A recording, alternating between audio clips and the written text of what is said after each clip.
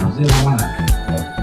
Kelompok Sukoharjo yang punya inisiatif pertama siapa? Dibangkit atau Polda Jawa Tengah berhasil meringkus 2 tersangka penadah kendaraan bodong di wilayah Sukoharjo, Jawa Tengah. Dalam kasus ini petugas mengamankan 19 kendaraan roda 4 tanpa surat lengkap. Belajarnya dari mana?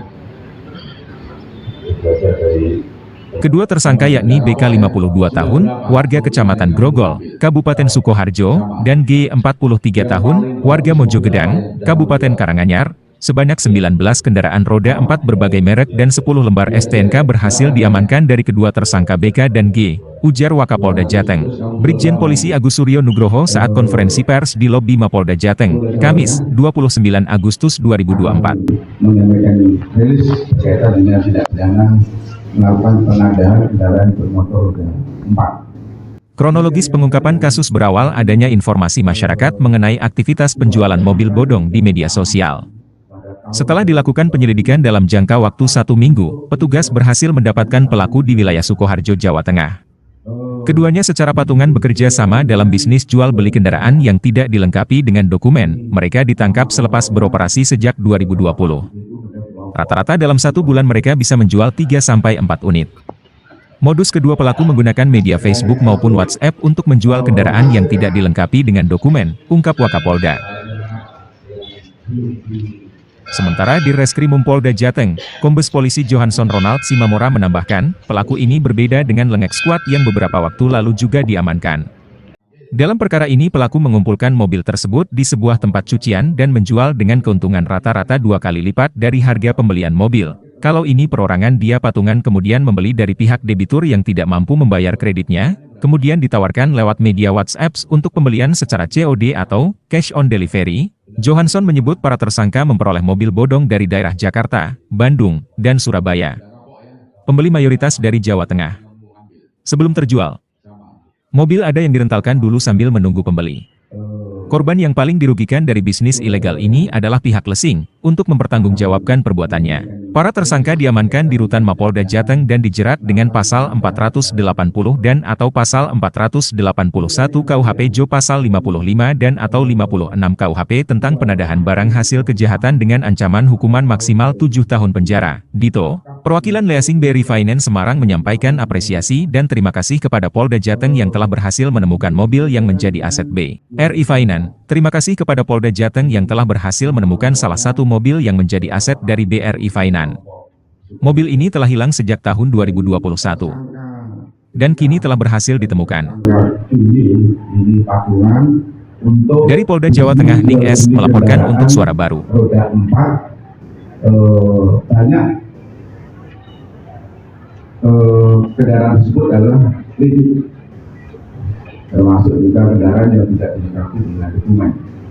Di samping kendaraan tersebut belum laku dijual atau masih dipasarkan, itu juga dilakukan rental, disilakan untuk rental.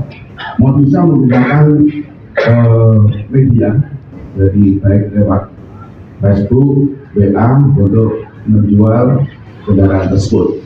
Rata-rata dalam 1 bulan mereka itu bisa menjual 3-4 unit selama 1 bulan. Rekan-rekan sekalian, setelah penyidik atau Ditkrim mendapat informasi dari masyarakat dalam jangka waktu 1 minggu melakukan lidik dan telah diamankan 2 tersangka. Yang pertama berinisial BK, yaitu Sukoharjo, terus yang satu adalah G, itu dari daerahnya, tetapi tinggalnya di Sukoharjo. Oleh sebab itu, Ditkrim dan tim menamakan kelompok Sukoharjo. Jadi tersangka BK umur 52 tahun, laki-laki, Kecamatan Grogol dan Sukoharjo, Jawa Tengah. Untuk yang D itu wira swasta, Kecamatan Mojogedang, Karanganyar, Jawa Tengah. Adapun barang bukti yang bisa diamankan itu ada 19 kendaraan roda 4 dengan berbagai merek. Nanti akan kita lihat di sebelah kiri sudah dipajang semuanya, dan hari ini juga nanti akan ada perwakilan yang menerima. Yang kedua, 10 lembar STNK itu barang bukti, termasuk 4 buah HP. Ini yang sudah disita barang buktinya. Adapun persangkaan pasal adalah dijerat pasal 481 buah dan pasal 480 buah, itu pasal 55 dan 56, hukuman maksimal 7 tahun, sehingga tersangka bisa ditambah.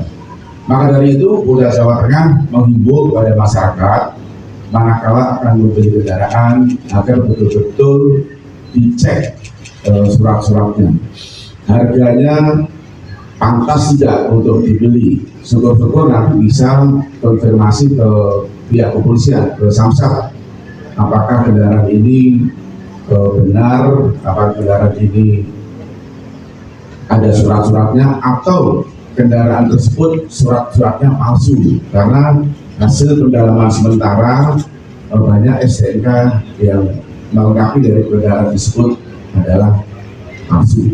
Ini sudah diungkap oleh Polisi. Maka dari itu